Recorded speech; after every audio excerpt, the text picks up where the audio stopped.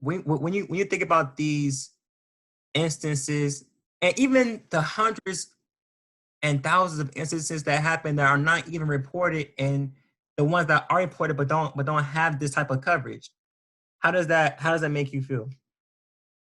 How does it make me feel, bro? That's it makes me sad. It makes me angry. It makes me want for a better world. It makes me want to do better. I mean, that stuff, it tears you apart inside, because I don't think white children, I don't think Asian children, I'm not really sure, but I don't think they grow up with their parents telling them, you gotta be safe when you go out here. You gotta, walk a certain way, act a certain way, do this a certain way. And so so me being Black, me being a man, there's so many things that are, people look at me, they assume I'm going to act a certain way. They assume I'm going to do this a certain way or anything a certain way. And, it's just to say, like, it doesn't matter what you do, you're always a target. So when you hear those names of those fallen people, it's a reminder to you, to me, that they're not saying like there is no safety, but like there's really no telling if you won't be the next name, if you won't be a hashtag, if I won't be a hashtag. Like, I was thinking about today, could I run on the track? And I remember when I lived back in Calvert, I used to run throughout a white neighborhood.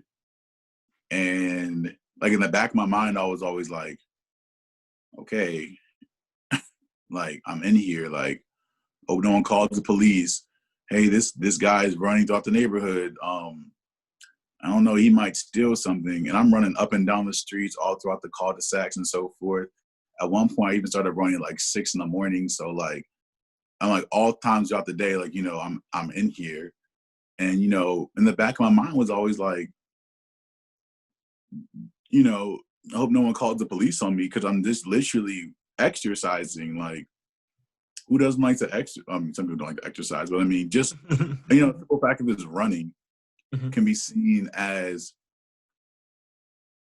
scary to white people, can be seen as a threat. And it's just like, those types of things, I mean, it just keeps it in the back of your mind. You never really know what tomorrow's going to bring. And so when you hear those names of those fallen, those fallen Black people, it just makes you angry. It makes you sad. Realization, the work isn't done. It's never been done. It needs to keep getting done. It's not going to get done overnight or a year or 5 years. It's going to take comprehensive and like with the world's most in-depth microscope to really look at things and figure out what is going on. Why are we like this? And it takes a great part on everyone's end. Us, me and you, have to keep doing our research and so forth. We can't be swayed by Twitter fingers people and things like that to, inform our opinions on certain things. Like, it's important that we as Black people consume different types of media that are also, entertainment, infotainment, or, like, you don't always have to read a book. You can listen to I love podcasts. I like watching videos, but, we have to inform ourselves in these different things. We have to start, branching out, learning about policy and what laws are in effect right now and how those laws, affect us. And, keep pressing for change, keep pressing our politicians, keep pressing our leaders, keep pressing each other to be vocal about it. You know what I'm saying? Like right now, like this is such a monumental time in American history and global history. I don't think we've ever seen large masses of people talk directly to state governors, mayors, and so forth before. Like, this is amazing. Mm-hmm.